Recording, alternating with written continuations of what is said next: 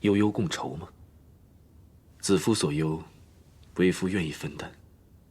陛下温婉一言，承诺重比泰山，子夫早已满足，其他一切也不用计较了。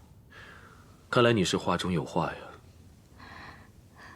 想当日，陛下给子夫结罗缨，说愿与子夫做一对互相扶持的平凡夫妻。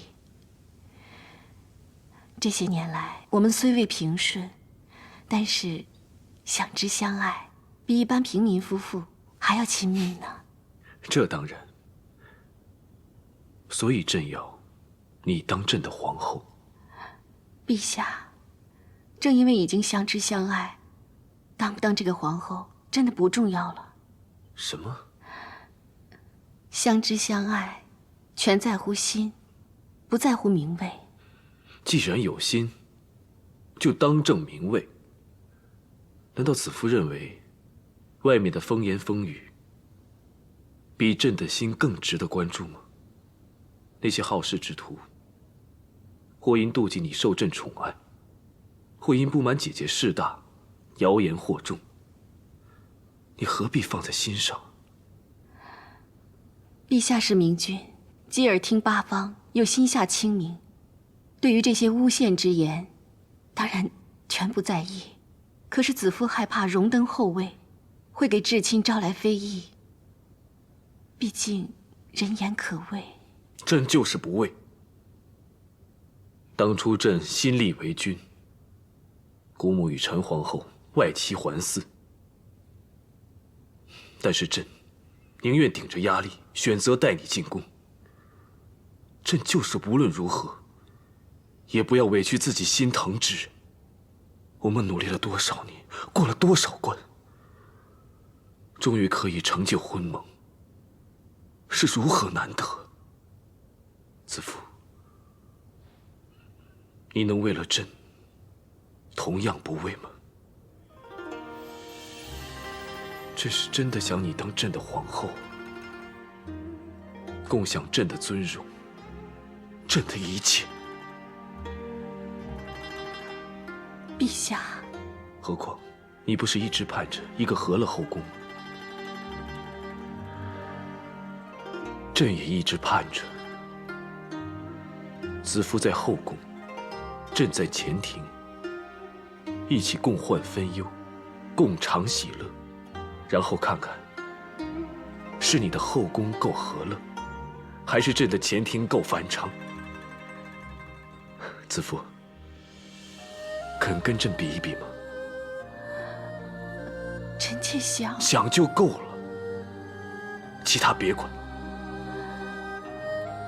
臣妾当然希望与陛下一起同甘苦，共喜忧。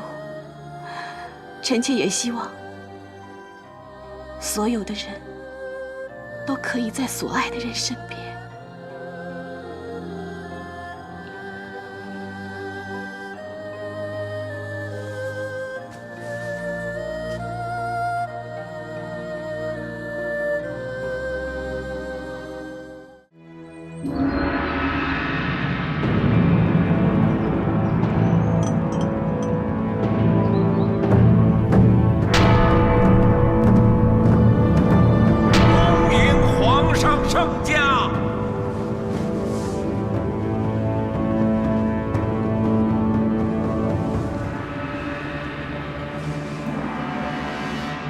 平身。谢陛下。恭请魏夫人。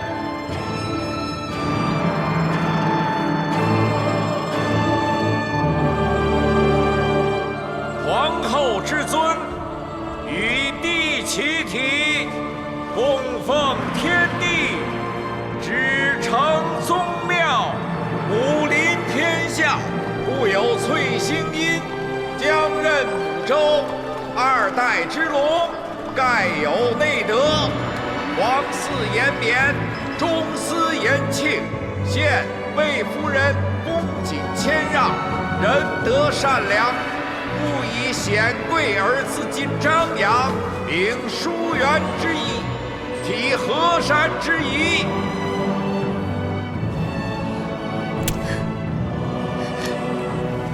子夫求段大哥，当断则断，一定要放下当年结发之情。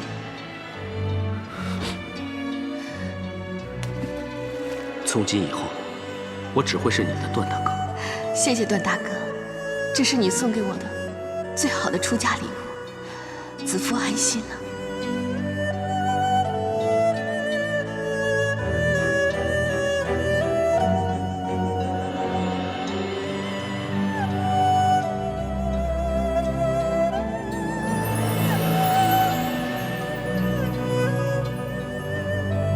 爱太深，情难舍。但愿你此生身受地重，凤凰于飞，妻已偕老。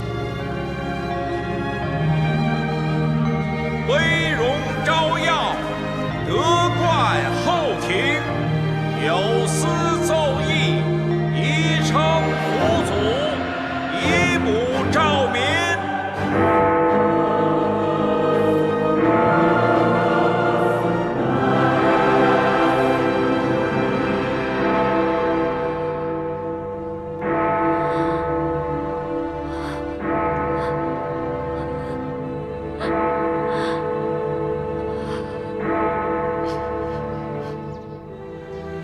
皇兄，我娇儿的将来全掌握在皇兄你手中了。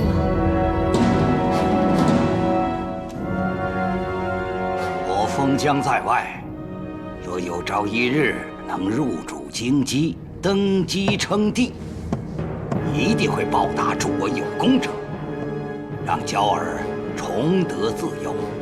妹妹，你尽管放心好了。那妹妹尽所能为皇兄效力。刘彻这小子册封新后，正是时机。为了成就本王大事，只有牺牲一下这位新皇后了。今立魏夫人为皇后，永中天禄。臣妾谢恩。皇后请起。御史大夫张欧持节凤喜寿。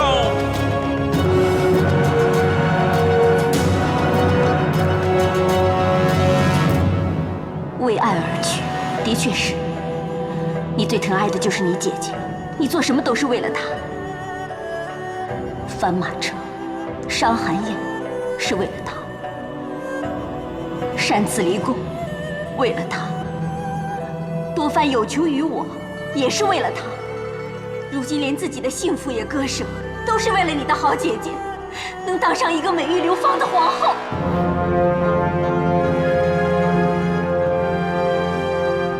参见皇后。免礼。谢皇后。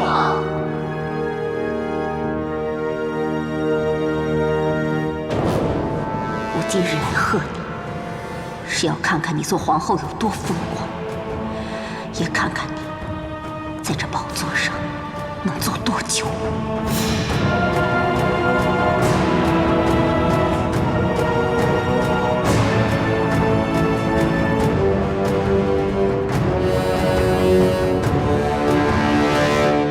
瑞兽坠落看似平常，可是坠落之处乃长乐宫永寿殿，则颇有不祥之兆。瑞兽坠落只因天旱物燥，木质干裂所致。宫殿有损就该修葺，百姓遭旱就该赈济，只懂说什么不祥之兆，是逃避谢责，漠视百姓，还是愚昧无知，枉为辅弼？只是久旱无雨，人心惶惶。如今已有淮南王刘安上书，指荆棘临灾，乃因星宿转移，出现灾星所致。禀陛下，淮南王以刘氏长辈自居，说责无旁贷，请陛下准其入朝祈福求雨。丞相，那你们认为该让刘安入京求雨吗？朕这皇叔，从来喜欢占卜求神。他若是拿来自娱消遣还可，若以此当作入京借口，妖言惑众，朕绝不允许。陛下英明。陛下英明。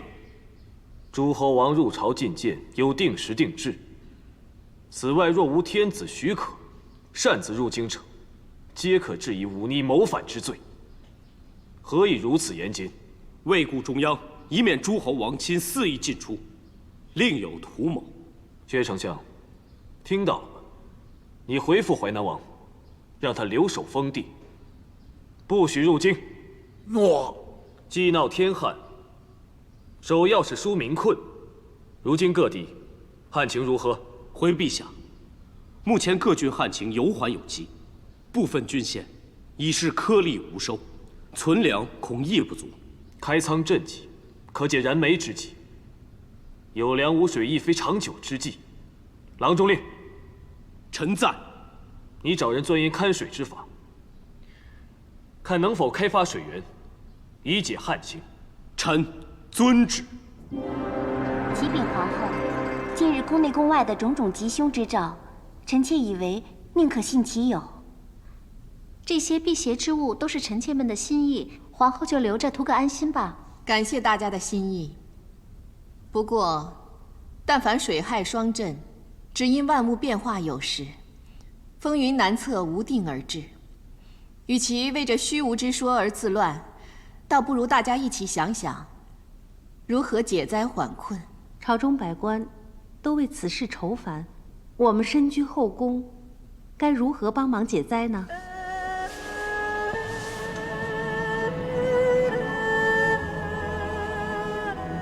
我们可以省水结冰。省水结冰？如今这炎热天气实在是难受，酷热难耐。若没有冰镇水果可食，该怎么熬啊？此时宫外的百姓，不少人已无净水可饮，有老者弱童焦渴而死。相对而言，我们的冰块不过用来冰镇汤饮，或纳凉降温。这是何等的奢侈！皇后的意思是，将冰块储于临室，减少用度。若继续天旱，或可成为宫中水源。冰可溶为水，必要时候，甚至能救民于水火。不错，我们节约俭用，只不过少了一些享受，却能为旱灾出一份力。臣妾愿意。臣妾也愿意。好。结冰之余还要省水，本宫就此立例，即日起各殿清水用量减半，用完要回收做洗濯，不可自行打水，更不可用冰水来嬉戏玩乐，违者必究。臣妾谨遵皇后吩咐，省水结冰，为民造福。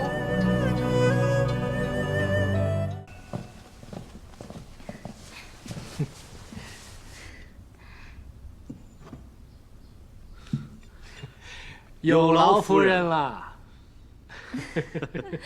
你们怎么突然跟我客气了？这是易叔叔带来的糕点，你们边吃边聊。夫人亲自张罗，当然要多吃点了。你以为人家只是亲自来送美食的？人家是来送温馨关怀给夫君的。易叔叔又在取笑我了。我没取笑你啊，我是在夸你啊，夸你这个关内侯夫人做得好啊。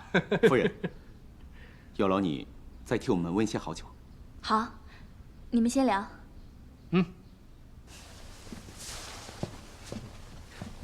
卫青，你也太拘谨了，我们又不是外人，你们亲你一点也不怕呀。易大叔，我们还是说回正事吧。好，那先看看我这个为老不尊却有一点睿智的小厨工能不能帮你们分忧啊？我本想通过长安这八水引水救济，可是你不是说怕耗时耗力吗？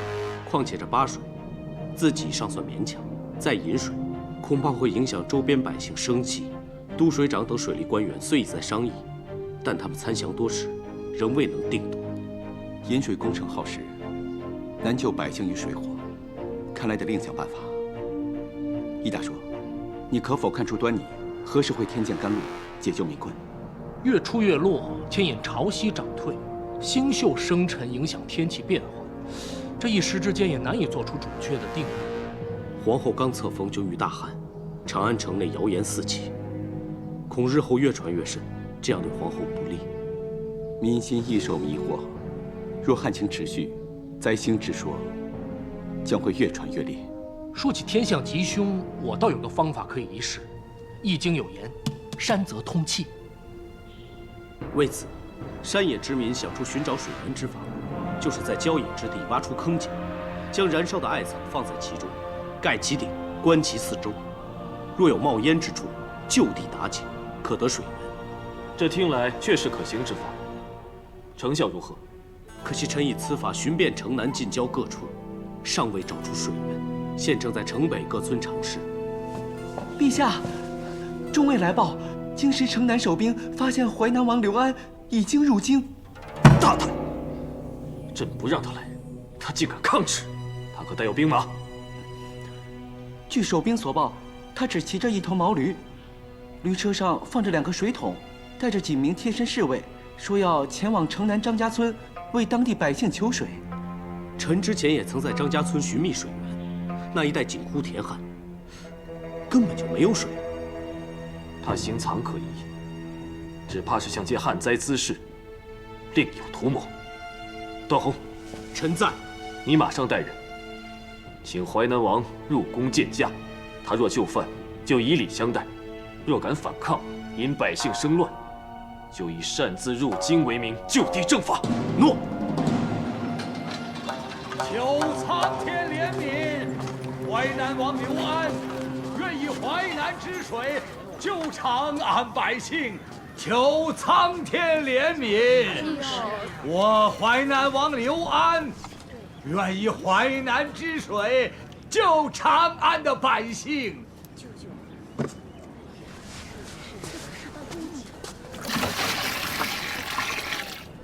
求上苍赐水！救救我们吧！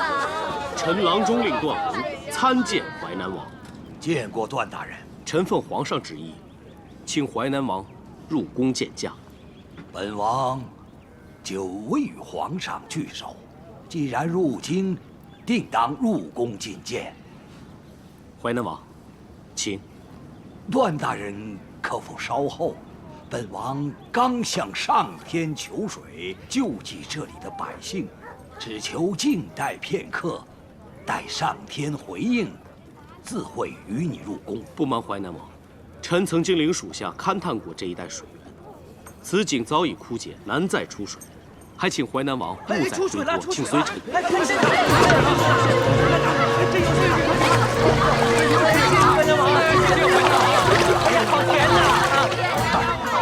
确实有水。感谢苍天呐！感谢苍天呐！救我大汉子民！谢苍天！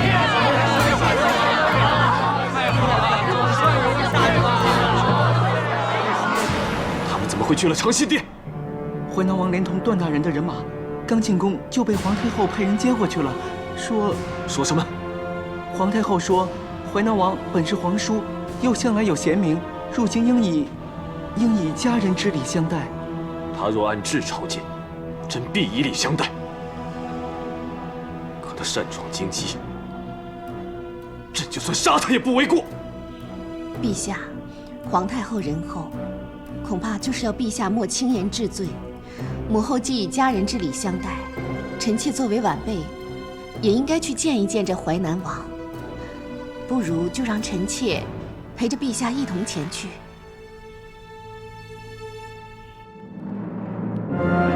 皇上，皇后驾到！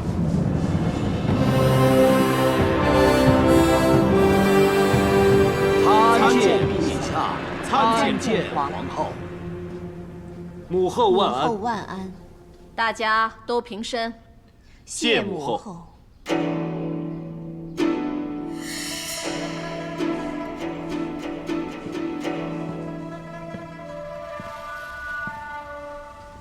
皇嫂喜得雍容端庄的好媳妇，真是可喜可贺。还没谢过皇叔的厚礼以贺，其中养生之物很合用，哀家敏感了。件件微物，不成敬意。皇叔向来谦和恭顺，何以朕已回复让你留在丰邑，皇叔仍违逆皇命？难道忘了诸侯王不得擅入京城吗？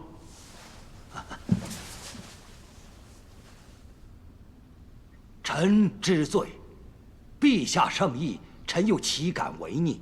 只是听闻京畿旱灾严重，才斗胆入京。臣不带一兵一卒，只是让几名随从护送，只求为民祈愿，向天求水。皇叔虽有违国法，但也是为民求雨而来，皇帝就网开一面吧。陛下以民为先，若皇叔是因为民生而来，判罪恐怕……念在皇叔一片仁心，朕姑且免你责罚。起来吧。谢陛下。段宏，臣在。准备车马，明日派人护送淮南王出京回淮南。诺。启奏陛下，臣此次入京还有一事，如若此事未了，臣难以遵旨离京，还望陛下成全。皇叔还有何事？皇嫂，此次旱灾，全因灾星落入旱宫。身为刘家长辈，不能不竭力为皇族消灾解困，以保万民，延国祚。淮南王竟提这种虚妄之言，凶吉之说，乃人心不定，自找未济的说辞。以淮南王的德望，何以与无知小民同论？既然人心不定，何不稍施举措，以稳民心？恳请陛下请于礼，设坛求雨。余祭之礼早已有之，设坛祭祀以安民心，亦无可厚非。谢皇太后。不过，在行于礼之前后，恳请皇后暂时离宫，以应天命。皇后乃后宫之首，岂能贸然离宫？别以为皇太后与朕念及骨肉之亲，不忍失责，你就僭越狂妄。淮南王3番4次犯上，其罪难容。回陛下，臣夜观天象，竟见天现新星，旱灾亦随之出现，使知道今后登位，实为旱拔灾星及汉室之事，祸及苍生。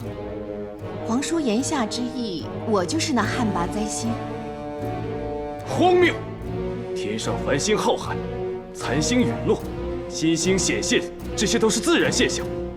皇后仁德贤淑，百姓皆知。淮南王这番污蔑之词，实属妖言惑众。皇叔真当慎言，皇后又怎会是灾星呢？臣所说皆得天神太医托梦透露玄机，只是实话实说而已。大胆！枯井求水，非常人所能。淮南王未必全是空谈妄语，宁可信其有，不可信其无。陛下不妨让淮南王一试，便知真假。臣求陛下为百姓苍生，让臣一试。我虽初见皇叔，却早有闻淮南王德高望重，但刚才所言实有荒诞之处。如果子夫是妖孽旱拔，以陛下英明，皇太后慧眼，怎会丝毫不察？皇后言行向来端正，处事仁厚。淮南王这妖孽灾星之说，只怕是无稽之言。圣主在先，皇母在后，乃我大汉龙脉所在。皇母若有任何灾殃，必定会惊动龙脉，国事不宁。皇后既然感念苍生，仁德有道，倘若稍一欲步离宫，就能助百姓解困，敢问皇后为何不肯呐？正因我身为皇后，一举一动皆为天下一范，更不能导黎民迷信。离宫不难，难在此去，会误导苍生或与鬼神之说，则再难正视听。皇后所言，正是这意。但是，敬天祭祖，乃合乎人心世道，亦让百姓能心有所依。帝后夫妻情深，臣亲睹。但如若因这夫妻之情，怕皇后芳名有损，而轻百姓所急，则恐有负社稷呀。祭礼或有安民心之效，却无呼风唤雨之能。赦与不赦，与民生社稷无关。臣愿以项上人头担保，倘若求雨无效，任陛下发落。皇叔已经许下了如此重誓，倘若皇后还不肯出宫的话，恐怕灾星之说不言自正。陛下，倘若再犹豫的话，臣愿长跪不起。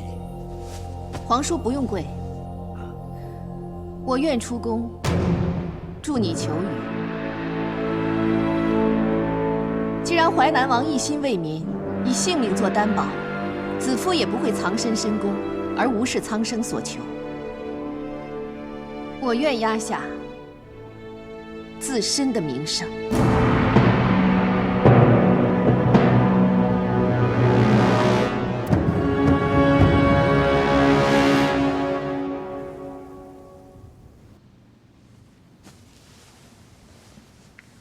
巧巧，皇子就由你来照顾，每日的膳食都要按时定量，早晚天凉，要记得替他添衣加被。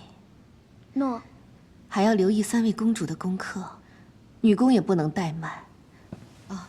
时宜这几日好像有点咳嗽，可用些药膳，如果不见好转，就照御医看看。诺。皇后既然如此牵挂皇子公主，又为何答应出宫？陛下圣安。免礼。都退下吧。诺。若不是因为你开口答应，朕绝不会任由刘安肆意妄为。陛下，臣妾若坚持留宫，一旦旱情持续，不就真成灾星了吗？若臣妾离宫，淮南王祭天，但天不下雨，其虚言妄语，不攻自破，反让百姓看清真相，免受迷惑。但若他真能呼风唤雨呢？陛下因为他以性命担保而动摇了，是吗？此人如此坚决，似乎真有些把握。若真如此，万民得救，臣妾就算担了这灾星之名又何妨？始终百姓为重。不论如何，你只要记住，朕是你的天，一定会守护你。臣妾正是深信有陛下的佑护，所以从不曾忧心。此次出宫，臣妾只当是故地重游，看看昔日生活的平阳侯府，也好与从前的姐妹们叙叙旧情。今日言语间，朕觉得姐姐好像话中有话。莫非你们之间有什么误会？平阳公主素来聪明过人，又善解人意，就算有什么事，臣妾此番前去，正好姑嫂一聚，好好化解。子夫慧之兰心，在外在内，都能替朕分忧。朕只盼此次，你能化解淮南王的妖惑之言，又能与姐姐重修旧好，一切如愿。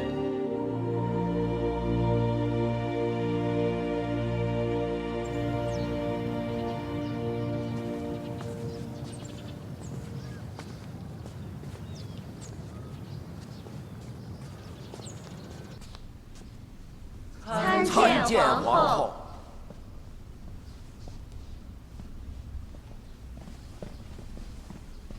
参见皇后。姐姐，快快请起。你们都平身吧。谢皇后。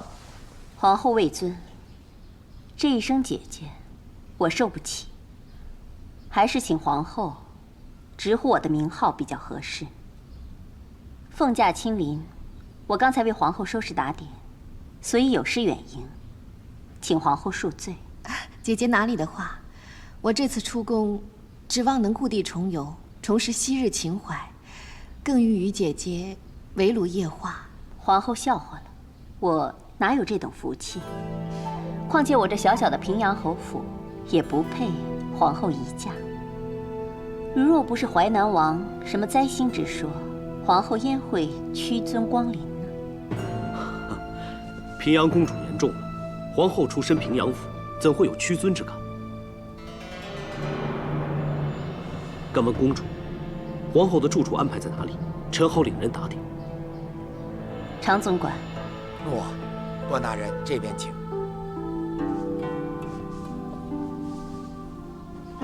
你们也下去，要备酒菜的，备歌舞的，你们各自好好办。诺。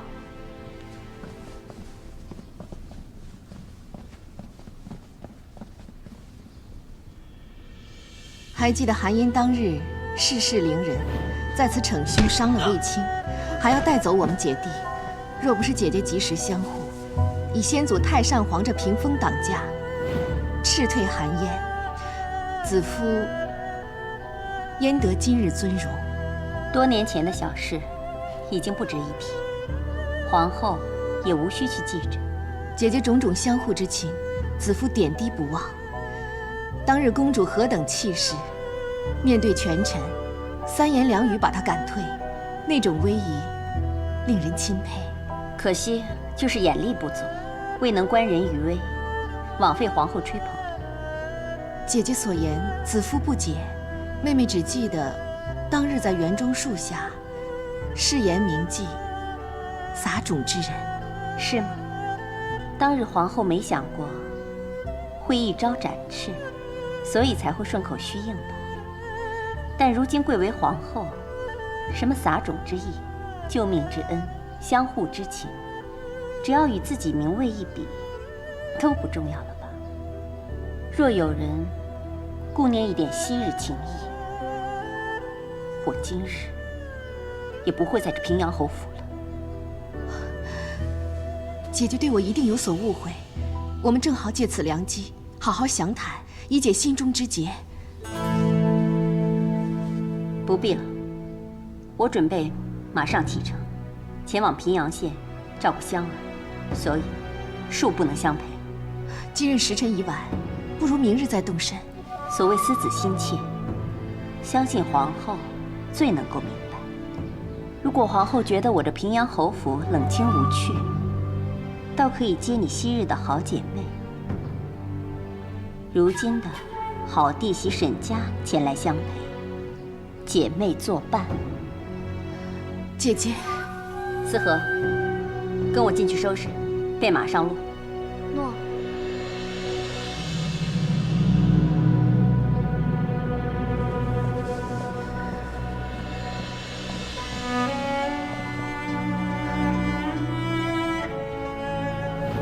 就如这棵桃树一样，我只是播下了种子，能不能够开花结果，就靠你自己了。子夫明白。你们要记住，等开花结果的时候，不要忘了当初播种之人才好。公主这么多年对我们姐弟呵护有加，我们姐弟定会铭记在心。皇后是为了公主的疏远而难受啊。卫青为情而娶，看来公主未能参透，知道他是为了姐弟之情，因此迁怒于你。弟弟为情而娶，看来此事段大哥比我还要清楚。只因卫青一次酒后吐话，我才略知一二。如今卫青另娶，公主扶持皇后引荐边将，图谋国事的谣言已不攻而破。卫青可说是求人而得人，可惜难为了他自己，也苦了公主。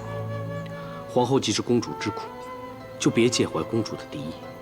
相信假以时日，她自能理解。我又怎会因此介怀？我只是自愧无力帮他们，情爱之事，只有当事之人才能深知各种苦乐，才能做主自助。你又如何能帮？但愿他们当断则断，一切从头开始。段大哥，你看，织女星、牵牛星、天金星，3颗星正相互映照。传说中，牛郎织女本被银河阻隔，得喜鹊画桥才得以相会。这鹊桥正是织女星旁的天金星。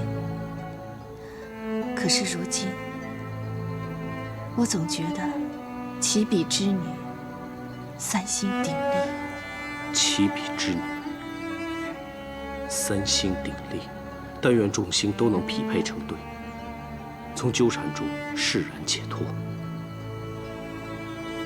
这话是段大叔教我们观星时说过的话。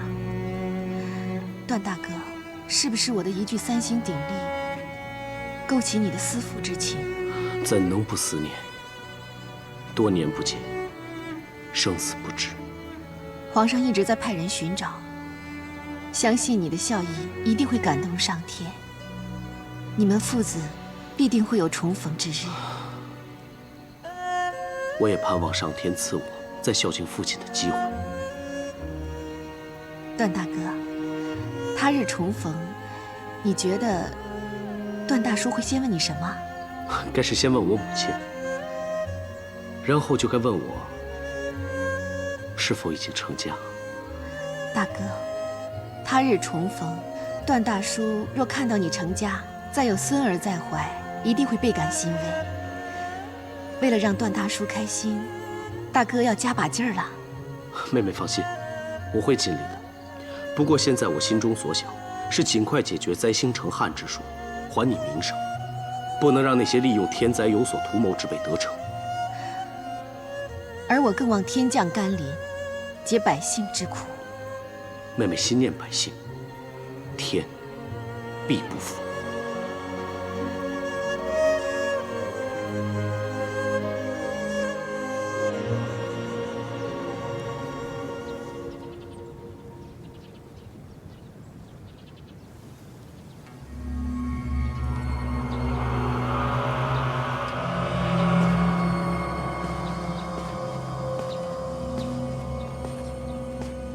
易大叔，你在看什么？云卷翻飞，随风轻移，雨快到了。晨光甚猛，看来是个艳阳天呢。易大叔，你看这蚂蚁搬家已倾巢而出了。从昨日开始，我的伤疤就发痒，每逢大雨之前就会如此。今早起来一看，就更加确定。这么说，旱灾可以缓解了。我姐姐也不会被那个淮南王再污蔑为灾星了。不对呀，姐姐已经离宫了。皇后离宫，雨就下了，不就证明皇后是灾星？哎呀，只怪我太粗心了，现在才发现这些迹象。不到2个时辰，就是雨里之期。原来下雨之象早已显现，难怪那个淮南王敢以项上人头向我。此人用尽心机，说他没有图谋。真叫人难以信服。易大叔，事到如今，该如何是好？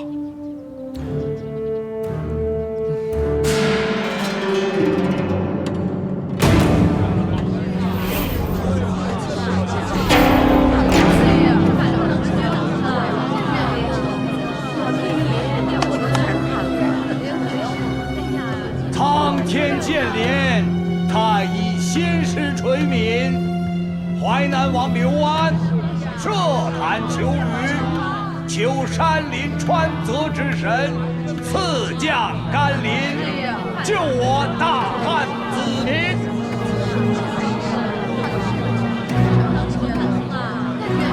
什么大汉子民？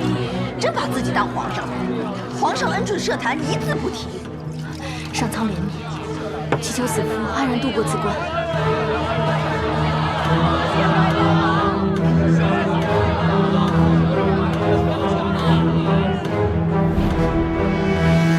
掘地道，注水入枯井。天旱成灾，只要你在长安城南近郊找一个荒废的枯井，预先挖掘地道连接，待我入京做法之时，你就命人按从地道注水入井。那淮南王的神通，当一传十，十传百，受万民敬仰，德盖圣君。只要人心归附于我，他日起兵入主汉宫，你的娇儿可就自由了。只要我的娇儿可以脱离那个牢笼，妹妹愿倾尽所有，为皇兄效劳。你在长安财力大，人脉广，届时多找些人为我摇旗呐喊，掌握声势。好。太医垂帘，赐将甘霖，润泽万民。赐将甘霖，润泽万民。苍天建联，驱除汉霸，解民苦困。驱除汉霸，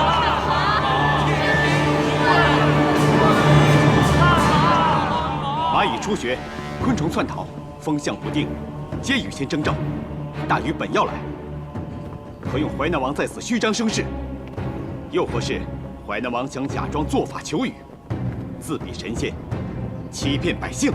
足下是关内侯魏将军，在下正是。你就是皇后的弟弟，是又如何？皇后与魏将军同气连枝，同样沾染汉霸灾星戾气，如今登坛，只怕有碍于继。让求雨功亏一篑，请速速下坛，以免亵渎神明。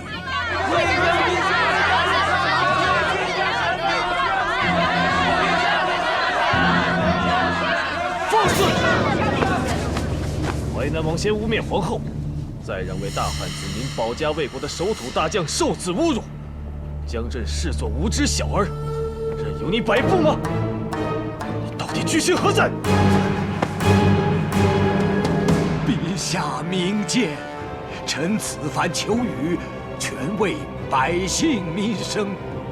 皇后既接纳太医启示，愿意成全求雨而离宫，在这个关键一刻，求陛下顾念大汉黎民百姓的福祉，命沾染戾气之人离开，许余礼继续，祈天神降雨，臣为天下苍生恳求陛下。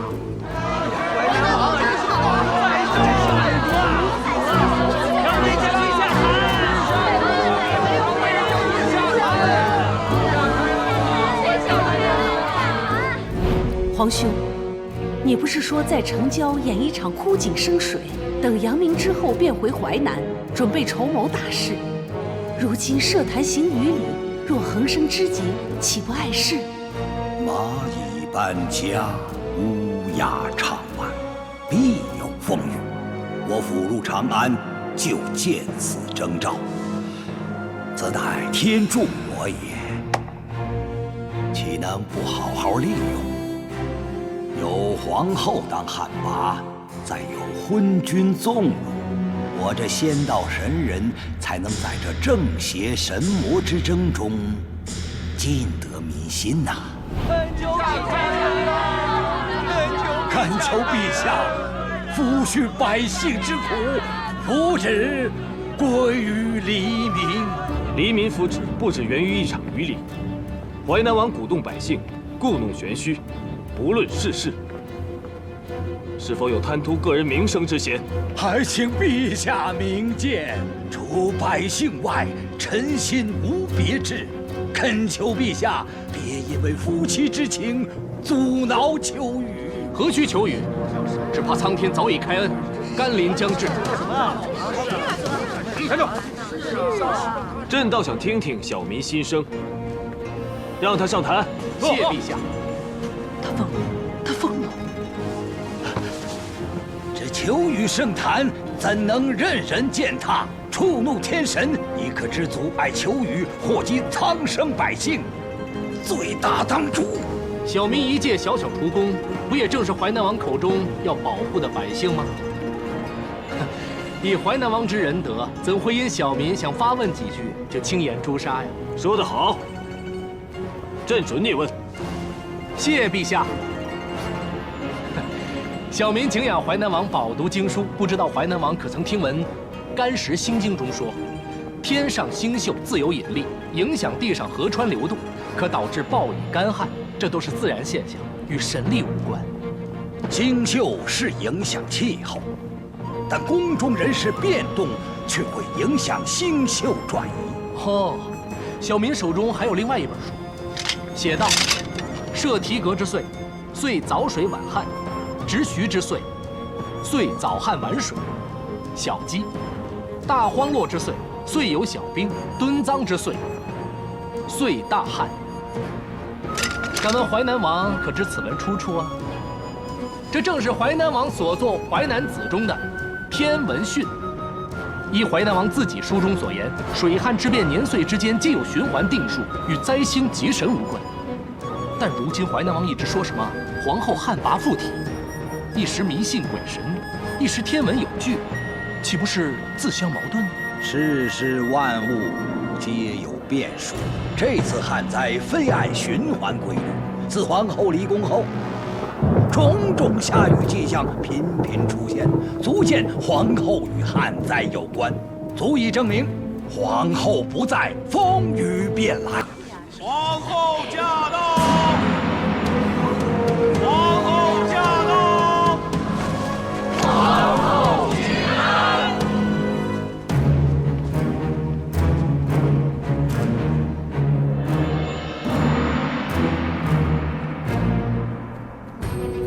陛下圣安。平身吧。谢陛下。皇后既已在此，看皇后登坛，是否如淮南王所言，天不降雨？请皇后为百姓，为社稷尽快离开祭坛。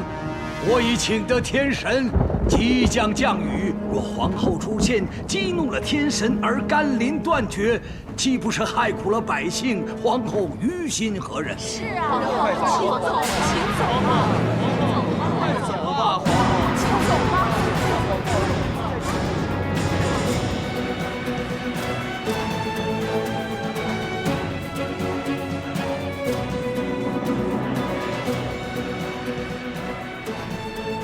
若我离去能换风雨，我绝不久留；即使以我性命能换甘露救万民，我也绝不苟活。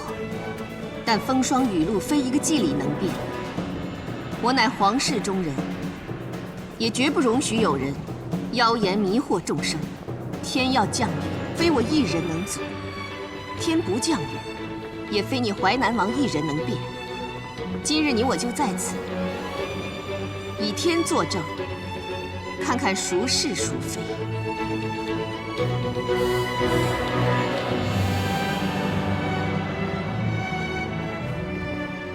愿上苍保佑我大汉子民，不祸于神鬼。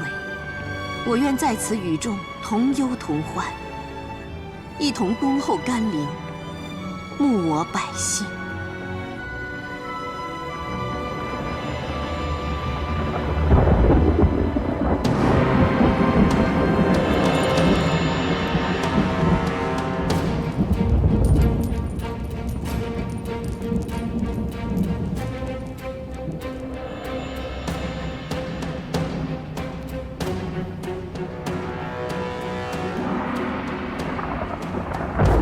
皇后持伞，祈求上苍，天降甘霖，佑我万民。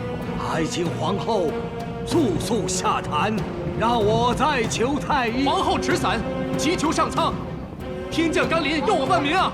你快走吧，别在这儿了！你们闭嘴，皇后在求雨呢。走吧，天地大好，一下。无论苍天降雨与否，朕都是你的天，朕会护着你。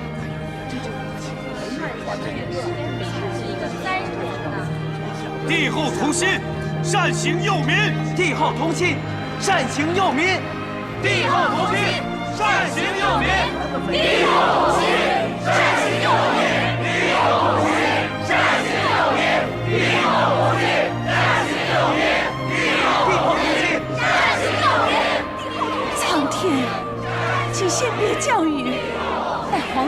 了以后再叫你。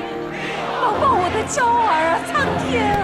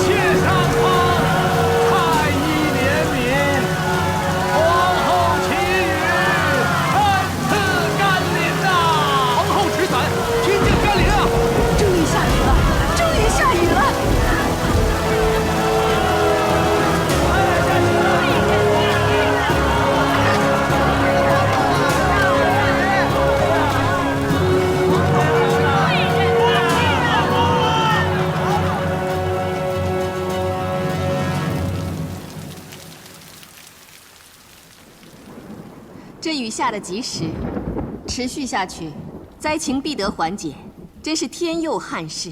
最及时的，是姐姐赶在下雨前登坛，破了灾星之说。那淮南王也真是狡猾，一见到下雨，便即刻跪地谢天。就是啊，好像这雨是他求来的。他自说自话罢了，皇上一定不会放过他的。哎呀，喜娘，你当上了将军的外姑，果然不同啊，事情看得更通透了。怎么比得上你呀？忽然饱读诗书，天文地理样样都懂，就凭一条蚂蚁路就知道大雨要来，真是神机妙算呢。哎，你明明是在夸我呀，怎么语气听起来像是讽刺呢？夸得那么不甘心呢？这次啊，我们真是拜服易叔叔呢。如果不是易叔叔，刘安的计谋就得逞了。不但皇后会成为灾星，连皇上的名声亦会受损。如今姐姐能转危为安，全仗易大叔了。哎，能转危为安，全是因为皇后心善，上天有眼。全仗易叔叔机智，以刘安之矛攻刘安之盾，用他写的天文训，让百姓看清事实，免于迷信。别再夸我了。其实呢，其实我们大家都有功劳，怎会全仗他呢？卫青上坛拖延的刘安祭天是一功，还有段大人保驾护航，及时将皇后送到祭坛那里。还有皇上呢，英明决断。我禀报说要下雨了，皇上便即刻部署一切，使刘安一败涂地，痛快。还有我呢？你有什么可以邀功啊？我和佳儿一直呐喊助威，说皇后持伞，天降甘霖，帝后同心，善行有民，喊得声嘶力竭的，还拉着其他人一起喊呢。卫青，你说是不是应该记一功？好了，你们个个都有功，皇上一定会牢记的。皇后百米来报，说皇上召见。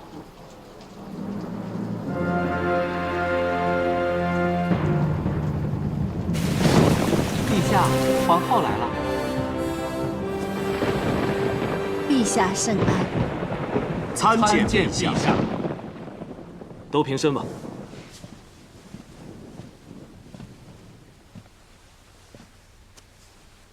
先前委屈你了。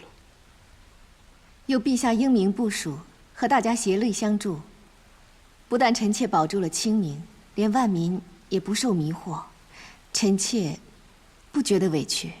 段宏、卫青，你二人的功劳，真要好好赏赐。臣不敢。陛下，此次最大的功劳，应该归于易叔叔。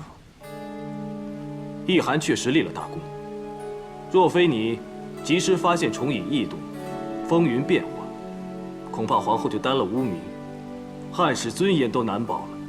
小人不过一介草民，只是有些民间的小智慧，能够看出天降甘霖，也能够看出帝后同心。难得你不鞠躬，但原来民间小智慧，也有干石心经和淮南子天文训。你虽是一名厨子，但学识渊博，深不可测呀。回陛下，草民只是学以致用，并非深不可测。无需谦逊。满朝文武大臣，竟不及一个厨子。看来你也非厨子这么简单吧？朕欲赏高人，但越想越不明白，高人已在皇后身边多年，为何不趁机相助于朕？难道是朕愚昧，或是朕的仁德不足以让高人效力？陛下，小人只是区区的……不用辩白了。这世上只有2种人不为皇帝所用：一是逃避刑责的犯人，二是包藏祸心的敌人。说，你到底是哪种人？多年来潜伏皇宫，居心何在？一涵答话，你到底是逃刑犯人，还是朕的敌人？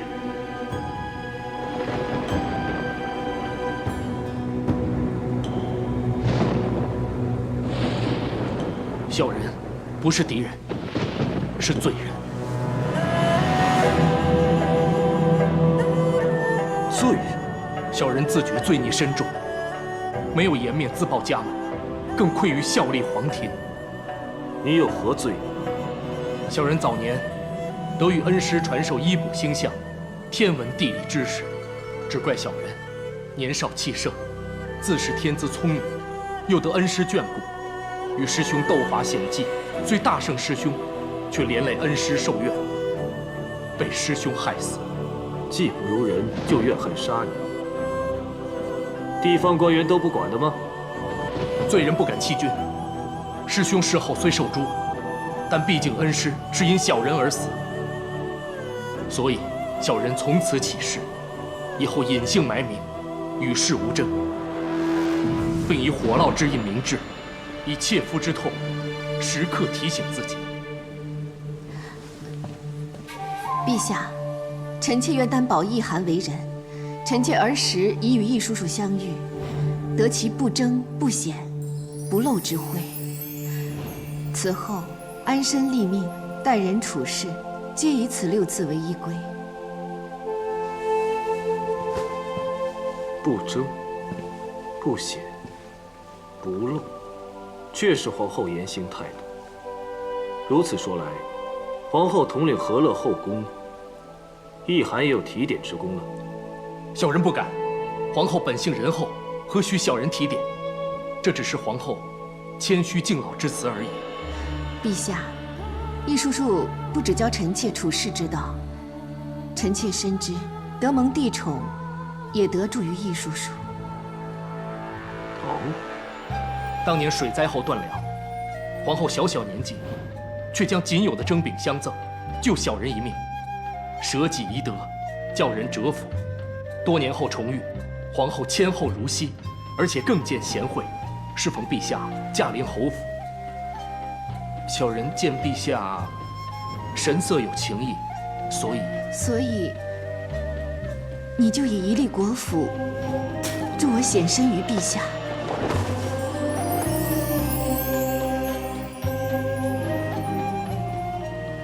国仆能助的，是舍身为他人者，显其贤德于陛下。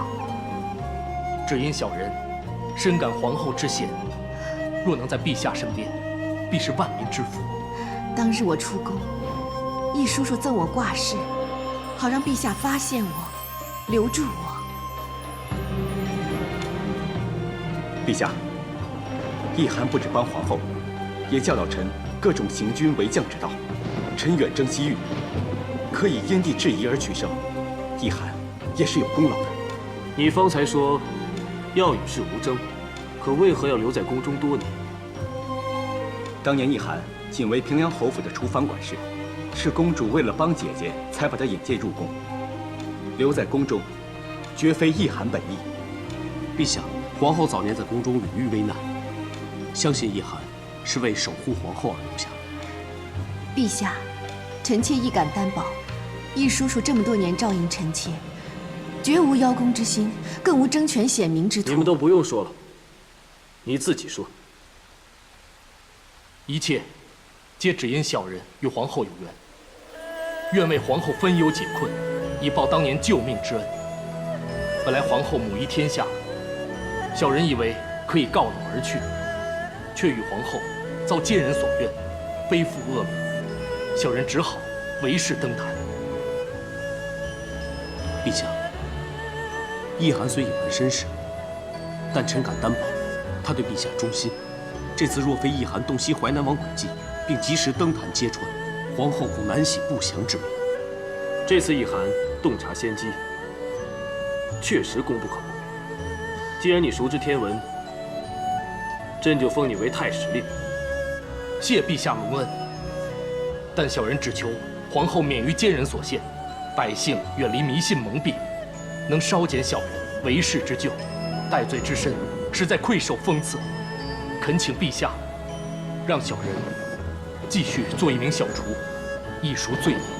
既然你不要功名，朕就赐你宅邸，让你安居乐俗。谢陛下圣恩，小人感激不尽。可是皇后、魏将军与段大人均待小人如同家人一般，居宅福地，又怎比得上与家人团聚？好，那朕就赐你宗籍，除了交方殿住处之外，再命卫青与段宏于府中为你辟事，让你自由进出居住。臣领旨。谢陛下宽仁体谅。再赐你千金。陛下，义涵并非贪利之人。陛下恩赐，义涵拜谢。小人并非贪图赏赐，只是天灾民困，小人欲以陛下赏赐救助孤苦，求陛下恩准。起来吧。谢陛下。想不到你还有这份心，朕就赐你长者之号，再赐单骑安车，并按汉例赐你一盖，以示有功，让你家在善之余，奉旨济世安民。义涵待天下百姓，谢陛下圣恩。安民有功者，朕不会领赏；但祸民生乱者，朕也不会轻易放过。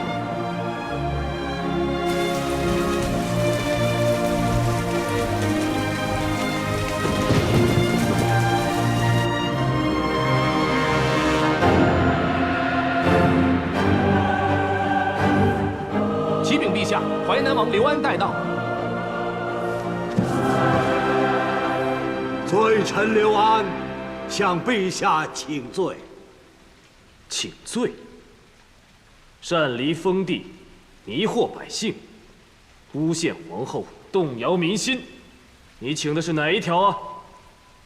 臣自负精通黄老之术，略识天文，梦中又得先师嘱托，为救千万黎民，所以一时情急，闯下弥天大祸。如今一场大雨，犹如当头棒喝，臣自知罪重啊！你确实罪重，足以让你身首异处。陛下仁厚，淮南王虽然有罪，但毕竟是为黎民百姓啊！臣恳请陛下从轻发落。丞相之言，臣不敢苟同。若人人以救民为由，触犯法纪，那律法何用？淮南王既犯死罪，不依法论刑，何以正朝纲？陛下，罪臣修道着书，一心为民谋福祉，自离淮南，只身入京求雨，虽无不轨之心，但以报必死之志。所幸天赐甘霖，民生得保，陛下与皇后声誉得彰，罪臣死而无憾，臣甘愿伏法。好，既然你认罪领死，朕成全你。来人，且慢。陛下，孟人、民为贵涉及此职，君为轻。臣虽一介武夫，也曾右承庭训，知道即使出将入相，也要以民为先。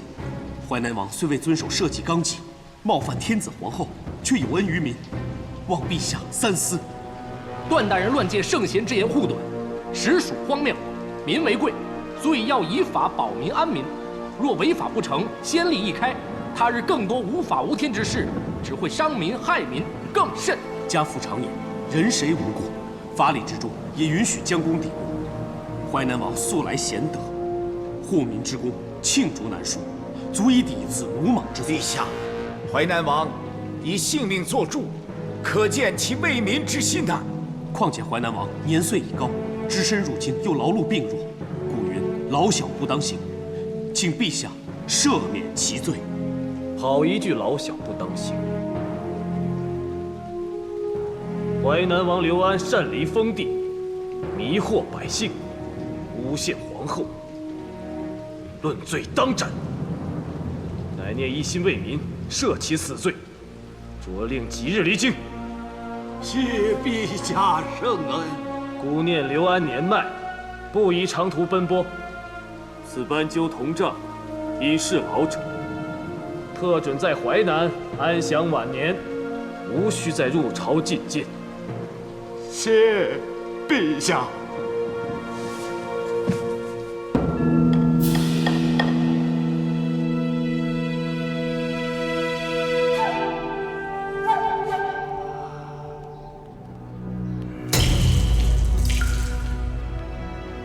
大王，车马已准备妥当，大王可以启程。皇上口说无需觐见，实则是不准我再进京。寡人恐怕以后再也没有机会登此城楼，还请段大人见谅，让寡人再多看几眼长安吧。大王真乃性情中人。段大人不畏天威，为我说情，才是性情中人。段大人仗义直言，请受寡人一拜。哎，大王请起，段宏不敢当。其实段某为大王说情，非因大义，是为思念。段大人有何事请说。敢问大王身上的琥珀小兽，可有来历？段大人是指这个？这事物似曾相识，家父也曾有一个相似的吊饰。是吗？难道寡人与令尊也有前缘？可惜寡人即将要走，无幸拜会令尊呐。段某早年因天灾逃难，与家父失散，段某也期盼着能再会老父。大王可曾记得好几年前，你曾救过一个男子？那人正是以此物相赠，以报救命之恩。那人与我年纪相若，如今想起来却与段大人同姓。是来自平阳县吗？正是平阳县，果是前缘呐。多年之后，此物归回他儿子。寡人来长安，原来冥冥之中是为你而来的。请问家父身在何处？当年这位兄弟身中剧毒，奄奄一息。幸亏大王试尽各种解药，又亲制豆腐食疗，为其解毒。曾听说淮南王孝义，为母调制养生之食，没想到家父竟有幸异常，还因此得救。可惜呀，他康复之后留下此物便告别，如今不知所踪啊。我记得当年段兄弟说过，会定居淮南。哎，段大人，大王是家父的救命恩人，当受一拜。家父既在淮南，段某请求大王相助寻找，让父子团圆。快请起。段大人放心，寡人一定尽力替你寻父。淮南王恩情，段宏没齿难忘。段大人孝义动天，只要有我刘安一日，一定尽力遂你心愿。只怕寡人此次回去也是自身难保，到时有负所托。大王何出此言？天威难测，如今皇上才怨我。今日赐我铜杖，不许进京，难保他日赐我毒酒，不让我活命。到时候为向皇上表达忠贞，寡人也只有束手待毙。大王一心为民，却因此次闯京，被皇上误会了。大王虽无叛逆之心，但有兵将城池，也是护身之道。段大人何出此言呢？朝廷准备颁布推恩令，取消爵位封地由嫡长子继承之令，准许藩王分封城池土地于其他子孙。只怕推恩为名，削嫡弱藩为实。多亏段大人提点。段宏多言了。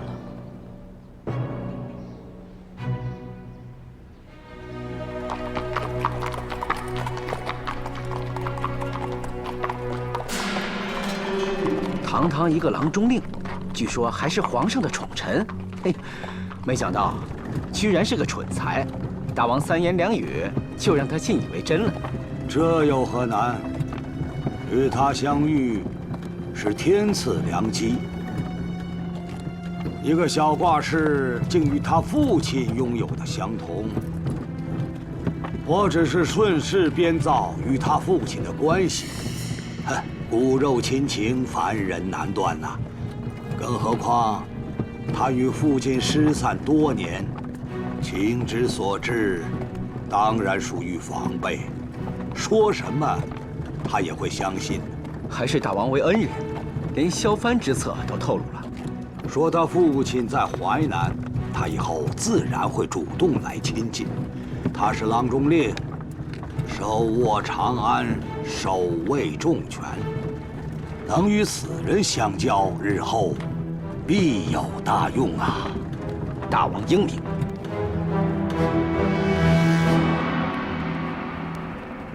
说什么济世为民，其实是包藏祸心。若是贤德，怎会你一提起那事物，就迫不及待的邀功拉拢？其实臣出身贫寒，家父怎会有这种珍惜之物？是他太过急于求成，也不细想便想与臣扯关系。看来刘安单骑进京，设坛求雨，诬陷皇后，背后肯定有阴谋，且非一朝一夕之事。将一切连起来，臣不禁觉得，当日冠夫与窦丞相所指，有人与田汾勾结谋反，说的就是淮南王。朕也是这么想的，所以才不得不放他走。只怕他以仁德之名，早已与不少朝臣藩王相通勾结，加上他的儿子兄弟还在淮南，不知坐拥了多少兵马粮草。如今旱灾刚缓，边患未除，卫青又快要出征，若藩王再作乱，情况堪忧。陛下这缓兵之计是不得不为。希望这次放他走，能以他作饵，牵出其他乱臣党羽，让朕敬拜良机，一举连根拔起。要不然陛下先前在殿上随便一条罪，都要他死千次万次。只辛苦你配合朕演这场戏，假扮与刘安交好，恐怕日后会给你惹来私通叛党的误解攻击。为国除害，为窦丞相与冠夫报仇，臣誓死不辞。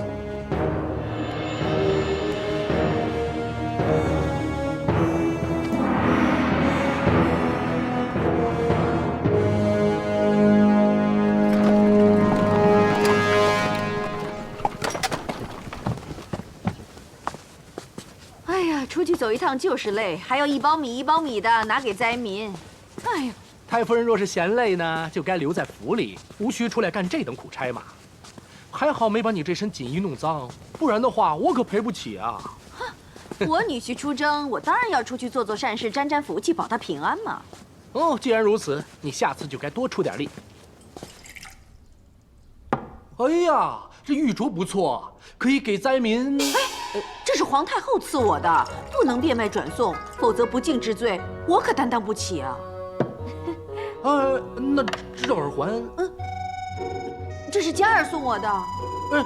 这发簪呢？灾民要发簪做什么？又不能当米粮吃。哎呀，你这件也舍不得，那件也舍不得，你怎么行善啊？有福气怕你也沾不上啊！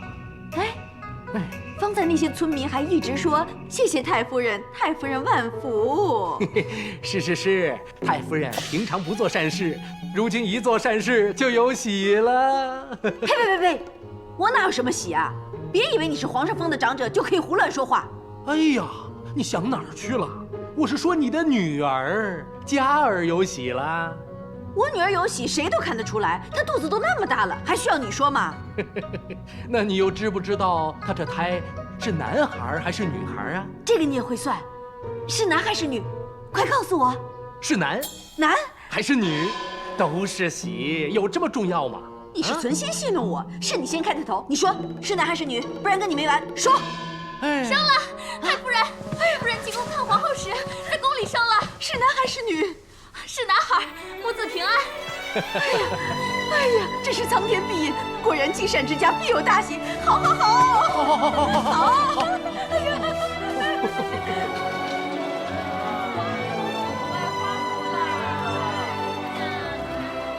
公主，这玉璧若有不满意的地方，小的一定会尽快修改好，按时让公主带回长安。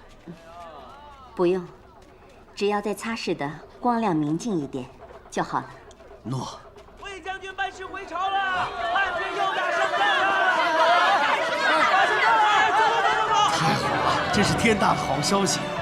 是啊，魏将军骁勇善战，他回长安途中，沿途一定全都是为他高兴欢呼的百姓。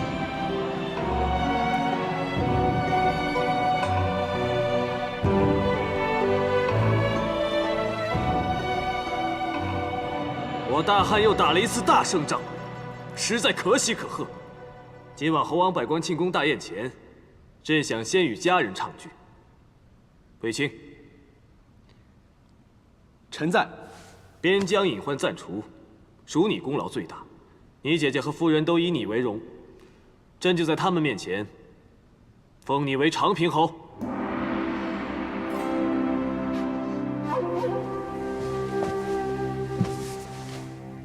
谢陛下圣恩，臣必当竭力尽忠，报效陛下。好。魏将军真是双喜，孩子也刚出生，取了名字吗？回皇太后还未取名。这是卫青的第一个孩子，就由朕亲自替他取个好名吧。谢陛下圣恩。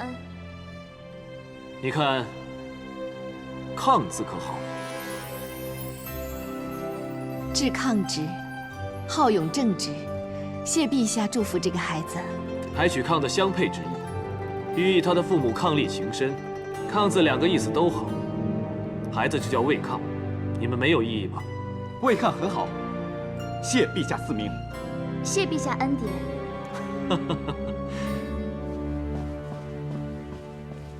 启禀陛下，汝阴侯求见。传。诺。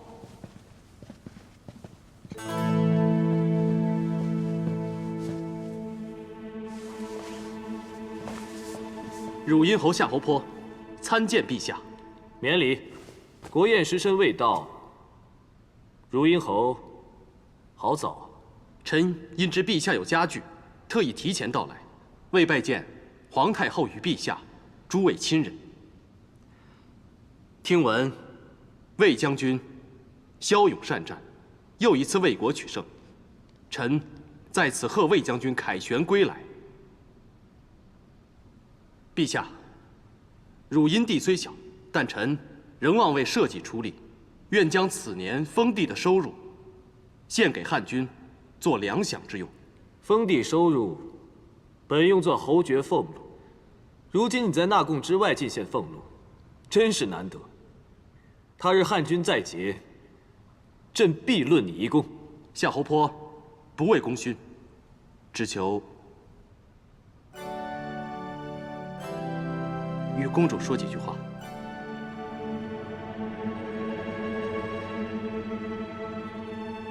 说吧。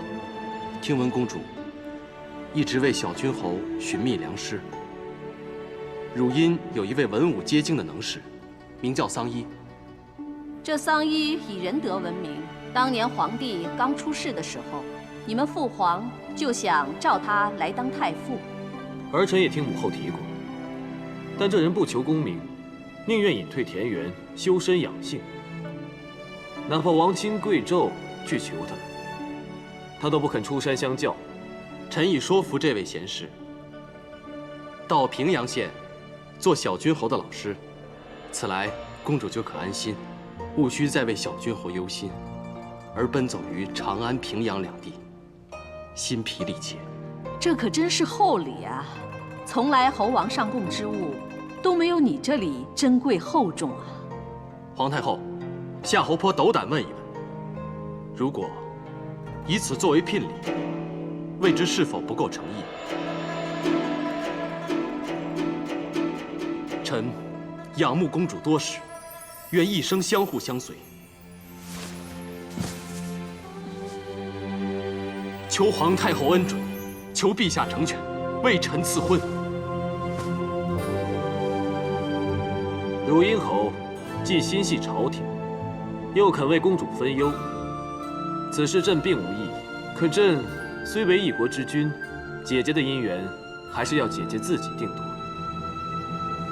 不知公主心意如何？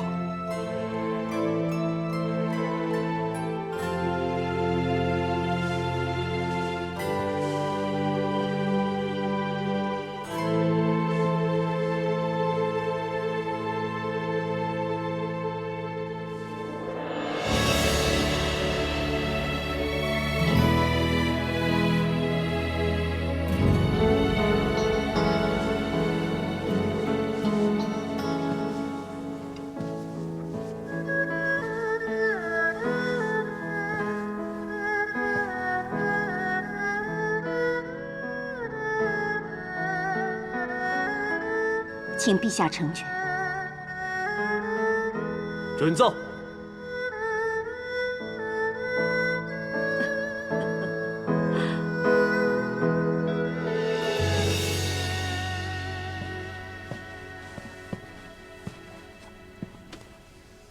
姐姐，何事找我？弟弟坐吧。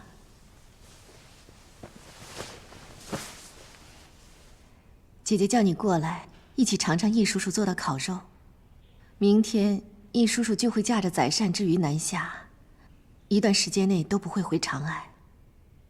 我还记得当年我被诬陷杀人，秋雨夜听，公主好像就是想以易叔叔这烤肉讨皇太后欢心，为我解困吧。公主为维护我们姐弟，多次无辜受牵连，也在所不辞。今日公主就要离开长安，远嫁汝阴了。嫁得这么好，我们该替她开心啊！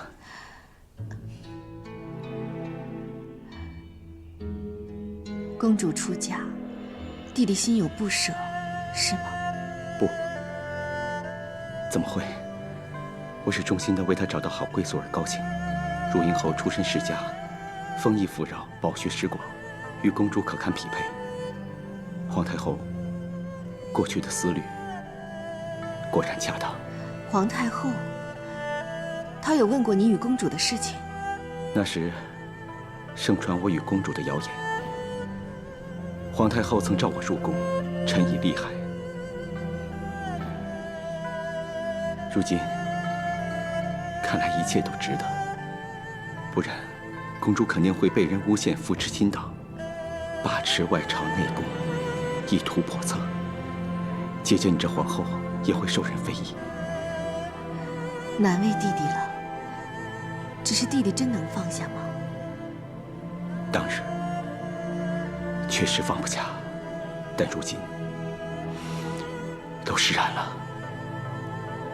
不过公主性情刚烈，若知道真相的话，恐怕会对皇太后心生怨怼。弟弟放心，这件事只有你我知道，姐姐断不说半句。君后当年将公主和小君后托付于我，现在不但公主幸福，小君后也觅得良师。如今我也能够安心了。弟弟心中只有他人的托付，你自己呢？姐姐最想知道的是，你现在也幸福吗？姐姐放心，我和嘉儿过得很好。那就好。我只盼公主也能和我们一样，与夫君互相扶持，甘苦与共，喜乐同场。